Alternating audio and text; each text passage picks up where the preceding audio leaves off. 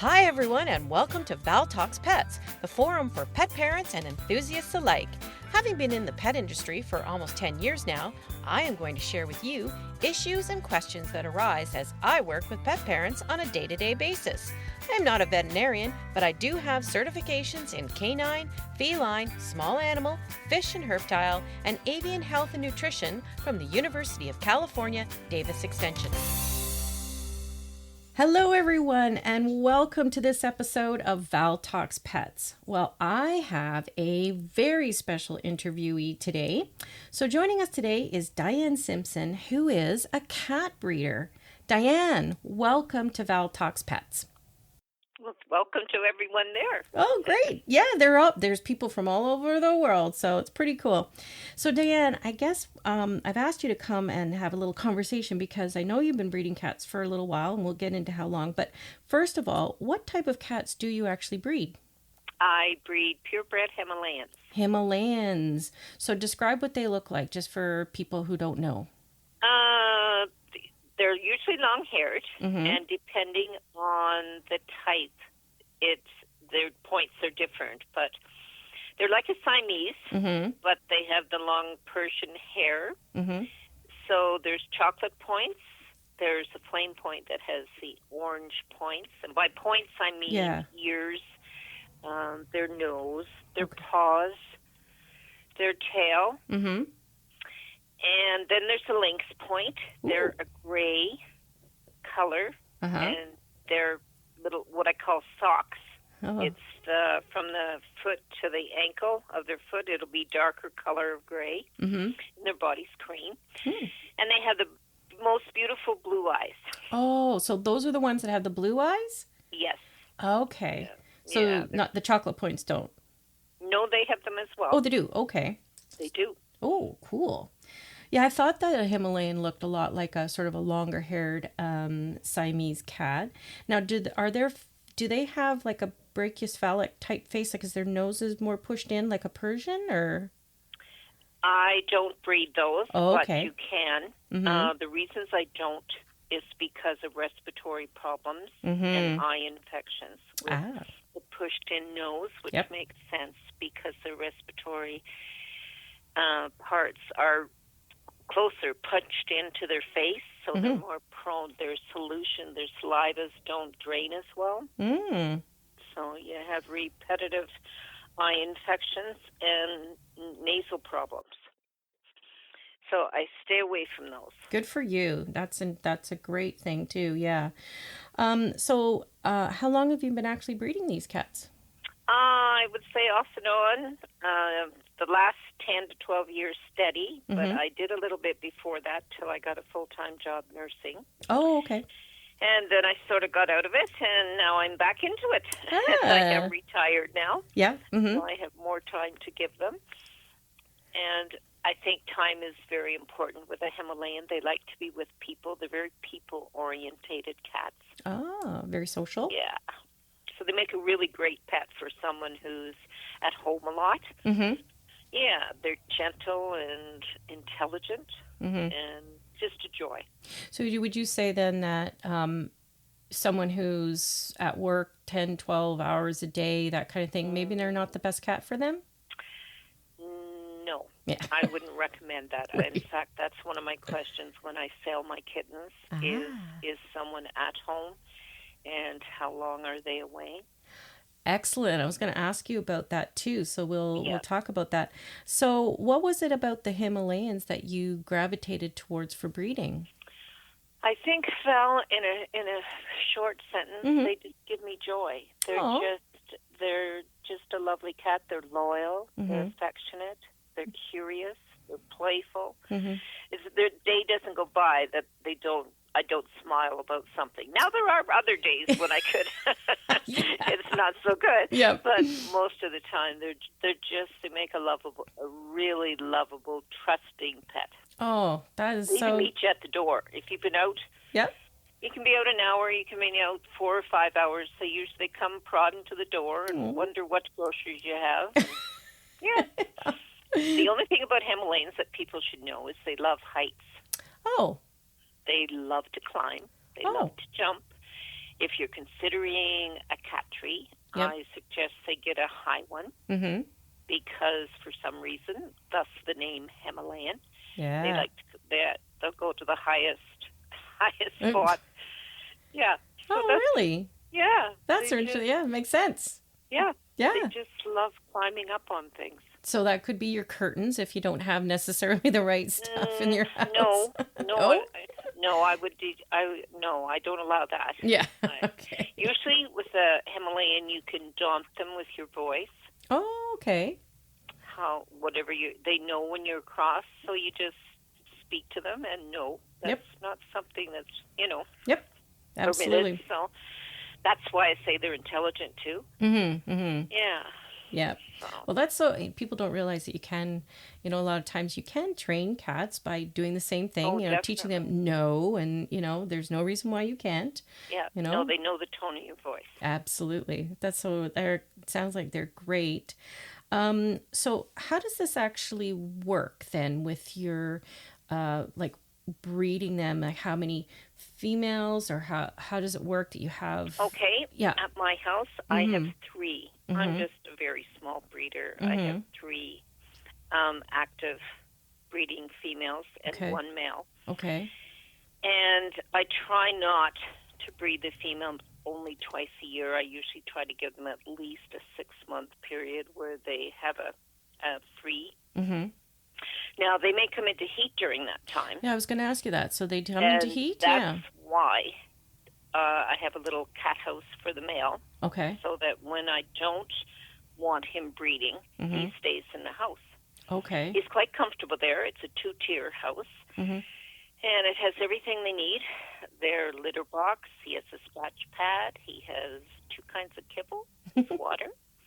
His wet food on demand. He has a spider plant. He has a hammock. Oh, wow. A bed. And he's out with us. He's in the living room. Oh, I see. All we are and their cats are. So he's usually well behaved. He'll know. He knows his duties. If I let him out and I'm breeding at that time, he'll go directly to that female. Okay. Yeah. Wow. He's smart. And when there's no one in heat or nothing happening, then I let him out for exercise and he can be with them. Oh, He's really great with the kittens, which is a surprise. But again, that's your Himalayan, very affectionate, very caring. Yeah, he doesn't spit at them or anything. He's a good dad. They're his. And, yeah. I notice this when feeding. Oh. Because if I want to feed him, he will sit back and let the kittens go first. Oh. Yeah. Well, he's a very good dad. Aw. He is. So he does so I was going to ask you that. So he does go out and mingle with the other cats when they're not. As long as there's not someone in heat. Right. Okay. That I don't want bred at that particular time. Right. Okay. And I keep a booklet. I have a book with all their names that keeps their medical records, their litters, how many they've had, how many survive. It's not all fun. Sometimes you will have a litter where you lose some. I find if you do lose some, it's usually within that first 24 to 48-hour period. Because with little ones, one has to remember they have to be in a safe, dry, and very warm place. Sometimes the mothers, they tend to know where to go. I have what I call my breeding box. Yeah. Birthing box. Yep. And it's just literally a cardboard box with, we turn it upside down and put a hole where they know where to go in. And in there, I start with newspapers for insulation. And then I will have my little blankets that they know where to go. There is also a heating pad that I will use because it's very important. I can't stress it enough that they're very warm when they're first born. Now, depending on the mother, and every mother's different, some will be, and it depends how quickly the babies come once they start the birthing process. Some are every 20 minutes, some are every half hour, sometimes it can be an hour. And the mother has time to lick them off and get them going. They instinctively will go directly for the milk. Okay. Others, they come quickly. So if you're finding your mother is becoming a little distressed or over, then I take charge there. And sometimes you have to cut the umbilical cord. I have a little towel. I make sure they're dry. Mm-hmm. I can't stress enough how important it is to keep them dry and warm during that first 24 hours. Uh-huh. Yeah. Yeah, that's critical. I was going to ask you about that, if you ever, if you help with the births at all. Like I said, it depends on the whole process. Mm-hmm. And I keep that in my booklet because every female has their own distinctive ways. Mm-hmm. Some carry different. Mm-hmm. I have a cat that as soon as she gets pregnant, my Jasmine, mm-hmm. grumpy. Oh, my goodness, she's just grumpy. You did walk behind her, you try to pet her. Nope. Just grumpy bumble. And as soon as she has her kitten, she's fine again. She's the happiest, most playful. She's my flame point. Oh, that's funny. I have no reason for other than her hormones, obviously, change. Yeah. When they're carrying. So. That's funny. That's just her thing. Yep. Others become very clingy. Mm-hmm. Like they want affection. They want you to pet them. I'm here. Look at me. And others will go off very quietly and just sleep and eat. So, yeah, it depends. So what's the average, how many kittens average in a litter? In a litter? Mm-hmm. I would say anywhere from 3, I've had up to 8. Oh, that's a lot. I've had a delivery of 8, and she raised 8. Really? Yeah. Wow. So that was a big litter. Yeah. That's a lot of work. She's done work. it twice, actually. Really? Whoa. Yeah. So more than likely, and the lowest you've had is like maybe 3 kittens in a litter? Okay, Val, here again, as the mother ages, I find their litters get smaller. Okay. So once they start having 3 or less, you know that's when probably you should be thinking about getting them fixed. And retiring them. Yeah. Okay. I have a retired female right now, my Shiloh. Mm-hmm. And she's just gorgeous. Even her hair got fluffier. I can't believe how longer, because she doesn't have to, I guess those parts of her aren't being used to produce the kittens. So she's fluffier. She's tends to be a little more friendly, wanting attention. And yeah. So it's kind of nice when they can retire, but it's also kind of a sad time because they do have beautiful kittens. So what would be the average age, sort of, that a cat would stop?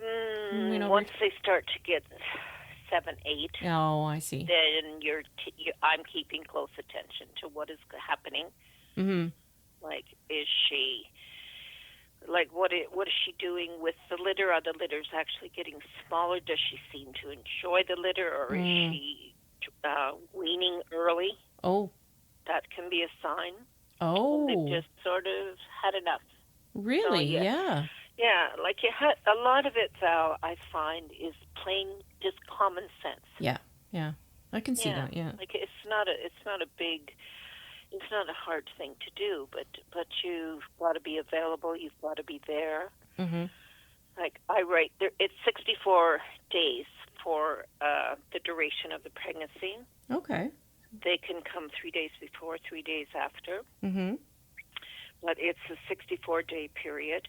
So when they start to get into their 60-day, I'm home. Okay. I might go out for half an hour to an hour, but I'm home. Right. I want them to know I'm available. Mm-hmm. Yeah. Yeah, well, because you're a responsible breeder, that's why. Mm-hmm.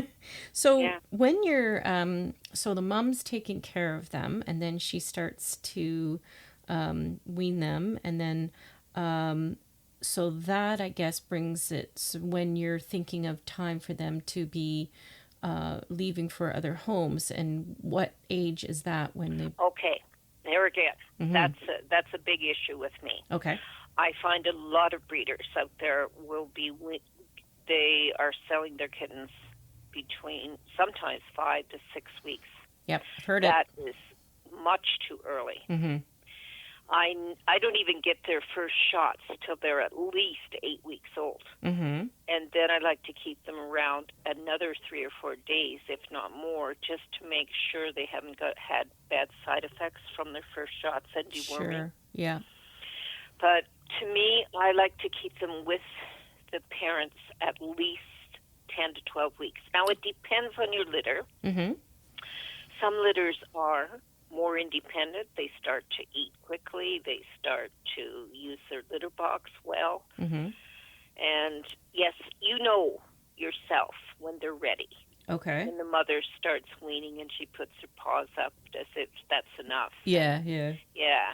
So, but for me, 8, 10, 12 weeks is my time period. Mm-hmm. And that sometimes upsets some of the people that are waiting for them because they think, oh, it's such a long time. Yeah. And I try to tell them, no, you will have a much better kitten because it has been that long. They learn their dietary habits from being around the adult cats. Oh, what does that mean? And by that, I mean, you can put it, a lot of people buy these dishes that are very deep. Mm-hmm. Don't do that. Okay. Because they get their little whiskers, and if they have to push their little heads down into this deep dish, because sometimes they tend to not want that, so they won't take the food. Okay. Even with the older cats, I use a more like a saucer. Saucer, I was going to say, yeah, it sounds like a saucer. Something that isn't a really deep dish. Okay, great tip. Yeah, and I find with lots of cats, sometimes they'll take a mouthful and they'll put it outside that dish. Mm-hmm. If it is a deeper dish, they just don't feel comfortable with that. Oh, yeah. So if they see Mom eating out of this saucer-type dish, then they learn to keep it contained, not to be pushing it aside and making a mess. Mm-hmm. Because it's you that ultimately ends cleaning it up. Yeah. So, and they learn their grooming habits. Oh. The longer they're with their mom. Mm-hmm. Because at first she takes care of all the grooming. Mm-hmm. But then as they grow older, they start to see Mom licking their paws and the basic things. Yeah. And just the interactions with the cats. I think the longer they're with the adult cats, they pick up their habits. They know what's right, what's wrong. And litter training, that's another big issue. Yeah, so and the mom teaches that? Every litter's different. Okay. Some will learn it right away. Mm-hmm. I start as soon as they start waddling out, because the first 3 weeks you wouldn't know they were in the house. Really? They basically sleep and drink. Okay. Wow. I don't bother them at that time unless there's a reason to. Mm-hmm. And by that I mean, am I concerned about some because they're smaller or they seem sickly? Then I will interfere and I'm checking all the time.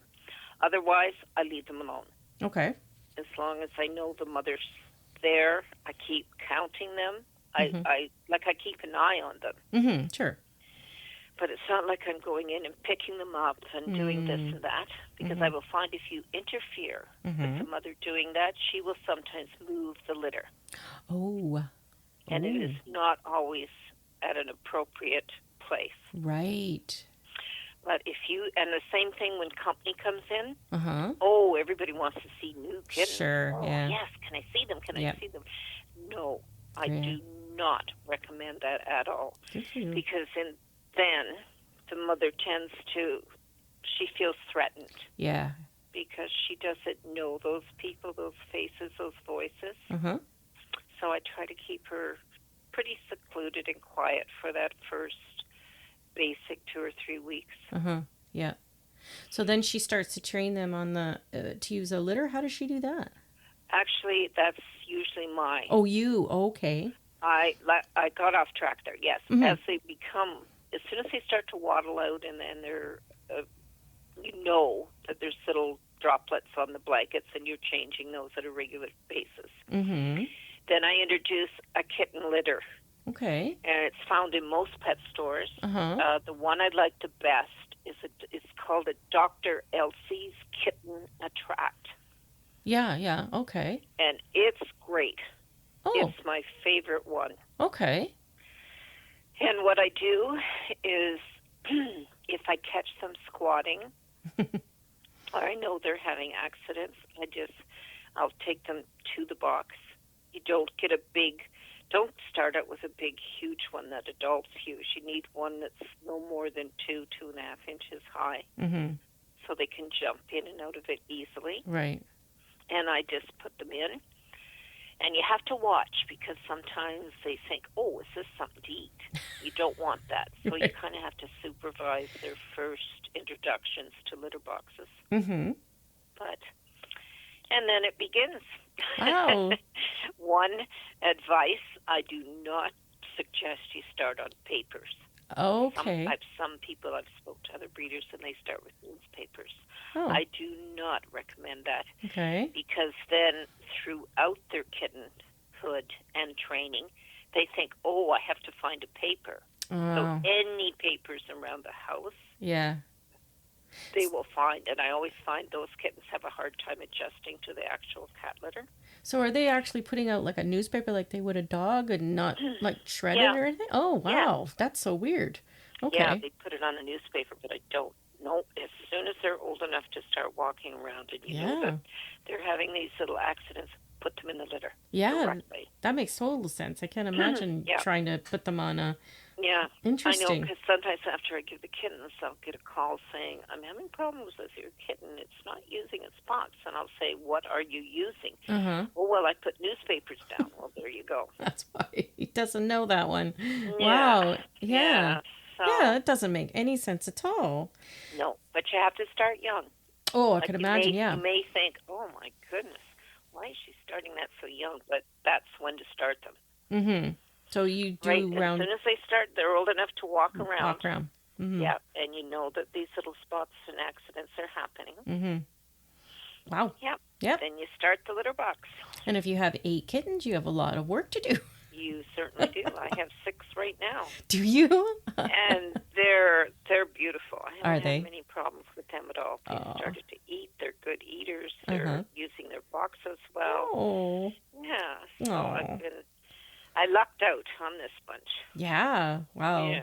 So do you, so then I guess you have to start the processes then, because the point is to have them find homes, which you never have any issues with. But how do you determine whether the buyers are the kind of people that you want for your kittens? Okay. There again, I am picky. I am choosy. I can pick up a lot from a person by the questions they ask about the kittens. Okay.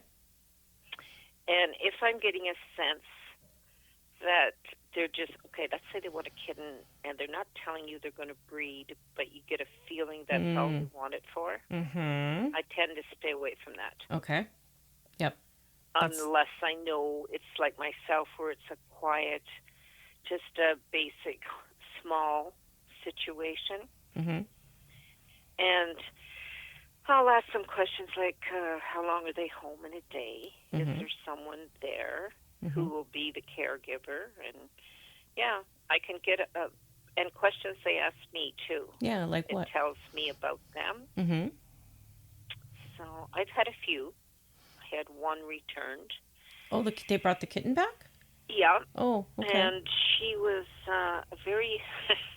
I'll have to be careful. She was a very hyper person. And I think she was out of the house a lot in the day. And then when she came home, she was tired and she just sounded like she wanted to rest. But what she didn't understand was when you come home, that's when they're happy that you're home. So they're active. They're alert. They're thinking, okay, Mom, what can I do? Yeah. You know, feed me, pet me, look after me. Yeah, exactly, of course. And she couldn't understand that. She thought the cat would just, I don't know, sleep all the time. Lie down, lie on her lap, and that was it. No, they're definitely not going to do that, and definitely not at a young age. Oh, no. It wasn't a good situation, so I suggested she bring the kitten back. Yeah, good plan. Yeah. It just wasn't a working situation there. Yeah. So have you ever had to say no to someone that's like... Yes. Yeah? Yes, yeah. I have.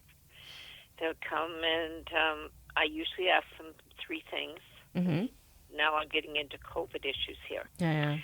But I asked them to, of course, wear their mask and bring a cat crate because I do not like someone coming to get a kitten and they think, oh, they're just going to hold it in the car, because some of these people come from quite a distance. It's not like they're driving 10, 15 minutes. Sometimes it's 3 and 4 hours. Oh, my, yeah. And some of them will show up and they don't. I say, where's your crate? Right. Oh, I'm not going to bother. I'm just going to hold it. No, I'm sorry. I made it quite clear that you wear your mask and you bring a crate. Right. So if I'm getting a bad feeling right there, I'll just say, you know what, I don't think this is a really good fit, but thank you for your interest. And, yeah. Yeah. Because sometimes on the phone they can sound totally different than when they present themselves at your door. Of course. So. Yeah. And, and sometimes I get angry people. Like, oh, well, you said we could have it and blah, blah, blah. Yeah, well. No. Yeah. No, if I'm getting a bad vibe, a bad feeling, that, no, I'm not going to send my babies there. There you go. And that's the thing. No, and you have to go with your gut. And I say this all the time, if it doesn't feel right, it's not right. No. Yeah, absolutely. No. Do you ever think that the mums of the kittens, do you think they ever miss them? Yes, definitely. Oh, yeah? Oh. Yeah. What happened at Christmas time this year is a good indicator of that. Oh. I had 5 kittens, and my husband, Mike, put them up, and he said, he kind of laughed and joked at me. He said, well, be ready in an hour because people might call. And I didn't know the environment. I didn't know what to expect, because I'm thinking, okay, it's COVID. Maybe people don't have the funds. They don't have the interest. They don't have the time. But anyway, I was completely shocked. I was completely overwhelmed. Within an hour, I had those sold, all 5. I had a litter. My sister had, I think, 4 kittens at the time. And I sold those. And the litter 6 I have right now, I'm still working on people that phone me at Christmas. Oh, yeah. Well, so I outshot that. I didn't see that coming, that there would be the demand. But then when I stopped and thought about it, people are home more, right? Yeah. Because they're stay home. Yeah, and so they decide now is a good time to have a pet. Yeah, it's been crazy with regards to that. But that makes it even more important that you have your protocols in place, because there's a lot of knee-jerk reactions for this, let's just do it now. And they're not thinking of the time, the energy, the money. Like you're thinking of it. Yeah. These cats can live 15, 20 years. Exactly. Yeah, exactly. It's not like it's just, that's what I asked too. Like as they grow older, are you going to have the same feelings and dedication? Because it is. It's a day-to-day. You've got to be there. Yeah. Just apply and look after their needs. So. Yeah, but you can usually tell that from a person. And a lot of times I ask that they send me pictures and keep me up to date on how they're doing, how they're progressing. That's nice. And I'd love to get the pictures a year later. Sometimes at Christmas time they'll send me a picture and say, I got this kitten a year ago. We just love it. Yeah. So those are the good things. Yeah, for sure. Yeah. It warms your heart. Yeah, that's nice. So there's always the good sides to that. So your 3 females that you have, and then you've got your 1 male, and then does he ever retire? Yes. Oh, he does. Okay. He will probably be retiring. Well, I did have a discussion with the vet regarding this matter, and she said there again, I would probably know when he's getting a bit disinterested. Okay. And usually around 10. Okay. You should be probably thinking of getting him fixed and retired and getting a new, younger life there. Because his litters will become smaller. Oh. Yeah. Okay. So just like the girls, and Yeah. Not as interested, and that you kind of have to track. Like that's why I keep track of the date. their date of birth, how many they delivered, how many survived. I keep track of all that under their names. Okay. So do you have to do anything special with them, like for their health, particularly when they're pregnant and then when they're nursing? Yes, yes I do. So I first of all, I use top end foods. I don't agree with the lower brand. I shouldn't be specific with, but I try to tend to the better. Yeah. Right now, I have them on a Royal Canin and N and D. Natural and delicious. They're both pricey. From the vet. But they are very good foods.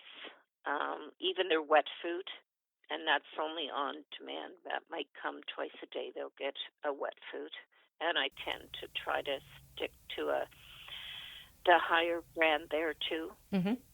Just so you know they're getting the proper nutrition,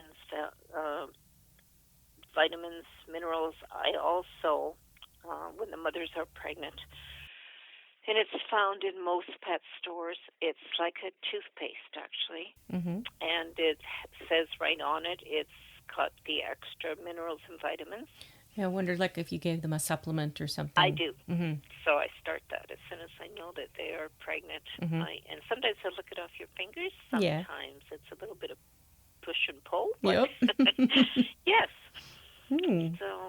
So then when they're nursing, do the mums eat kitten food when they're nursing, or yes, they do? I highly recommend that because they need the extra protein, calcium to produce the milk. Right. And you've got to remember they just processed and made all these kittens, so they're depleted of some of those nutrition. So they definitely need, if their mother baby cat food brands that you can find out there. Yeah, for sure. Yeah. Yeah, and then after they've weaned their kittens, then they go off of the kitten food and onto their regular diet? I don't recommend that till after about a year. Oh, okay. Most kittens. Well, for your kittens, yeah. They should stay on a kitten brand, at least a kitten kibble, till almost a year, and then you can get your adult. Right.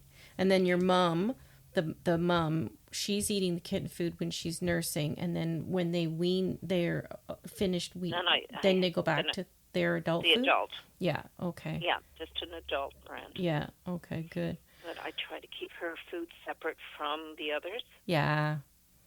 It's hard when you're feeding a whole bunch of them. It is. It is. You have to be careful. Yeah.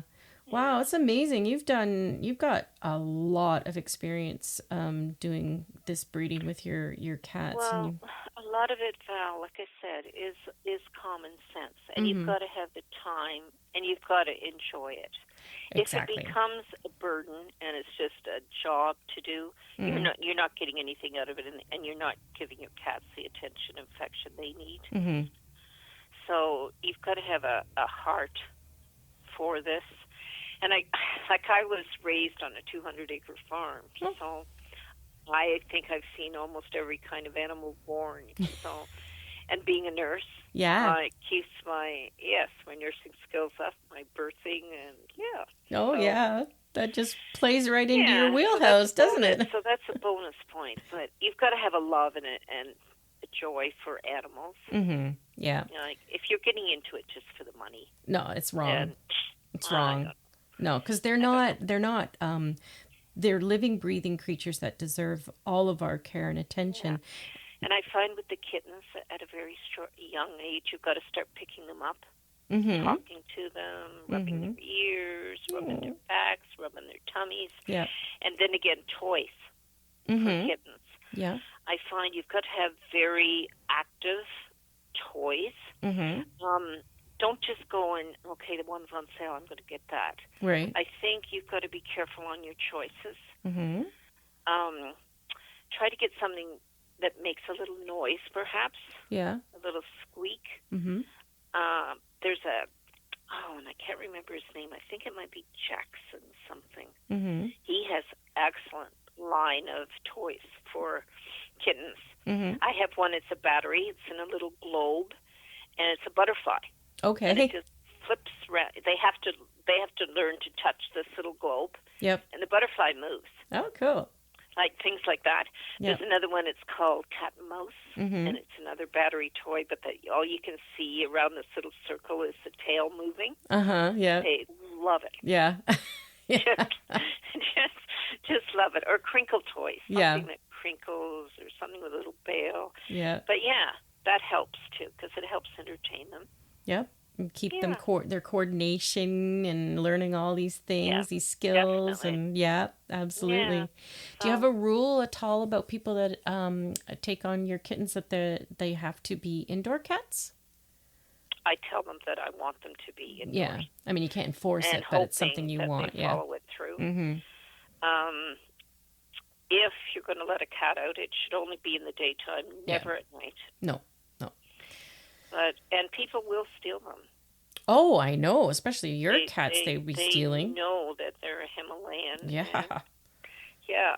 So no. I do not recommend that they go out there. That's when they can pick up a lot of viruses and things that you just don't want. Right. So they're much better to be kept indoors. Yeah. So it must be hard for you sometimes. Do you find yourself getting attached to them? I know you've been doing it a long time, but it must be hard sometimes to see them go. Sometimes it is. Yeah. Sometimes I'll fall in love with one particular one in a litter. Maybe it was the runt. Maybe it was smaller. Maybe it needed a little more attention than the others. Yeah. But the bear, I find, as long as I know it's going to be loved and it's going to a good home, then I feel good. Yeah. I'm okay. I'm okay with that. And sometimes I'll find myself, I'll ask them to call me in a week or so, and how's it doing? And right. Yeah, but but you know going into it that you're raising kittens, and they can't all stay. So. Yeah, that's right. Yeah, it's true. Can't have them all. That's right. No. Do you have any advice for people that are, out there shopping around looking for kittens, and anything that they should be asking when they're looking into breeders, if they're looking for a purebred cat? Is there something that they should be asking the breeders? Well, I would definitely be asking your breeder, how many are you breeding? You've got to go with a gut impression there. Who you're talking to, the breeder. Sometimes the value, the money that they're asking, will tell you a lot as well. Like, I'm not in it to make a whole lot of money. I'm probably, if the truth was known, I'm not making a lot, because it costs a lot to do all these things. It's not cheap. But usually I find some of the breeders, even the tone in their voice, you can tell whether they're in it, whether they love what they're doing or they're doing it for money. Right. Yeah, and it's an equivalent to creating a cat mill, just the same as dog puppy mills. That's same a things. Terrible thing. I do not recommend that at all. It's horrible.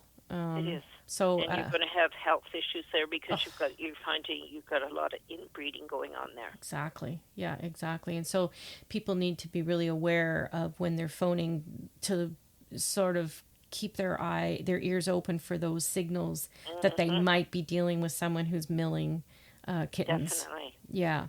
Definitely. Yeah. And look at the things. That's a great question you said about how many cats are you breeding? Yeah. Definitely. That kind of thing. Yeah.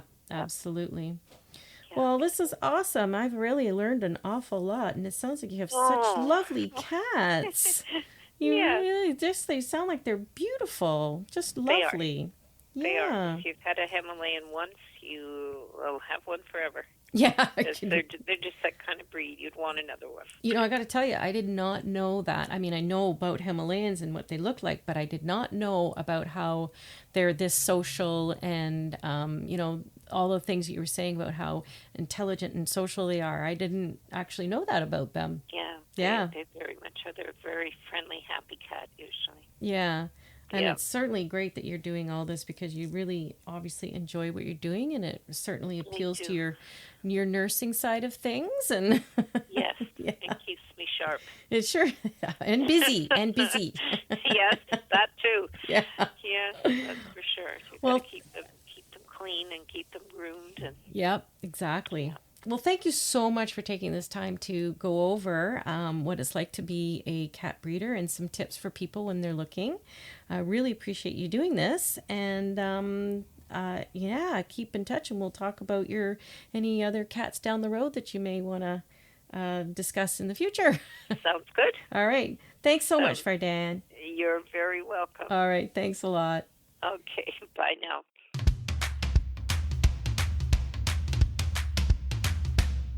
Well, I can't thank Diane Simpson enough for coming onto the show and speaking with me about breeding Himalayan cats. I always learn something from my guests. I was quite aware of what Himalayan cats look like, and they really are beautiful, but I didn't know they had such an interactive personality. As Diane pointed out, these are not the cats for someone who is not home very much. That's a really good piece of information because someone could easily think, what a beautiful cat, and get a Himalayan without realizing their lifestyle is not conducive to that type of cat. In this case, there would be a very unhappy cat who may not thrive in that environment.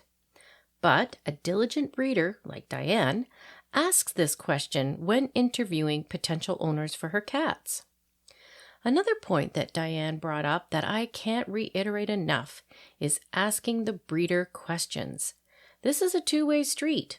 Not only is the breeder interviewing the potential owner for suitability, the potential buyer is interviewing the breeder.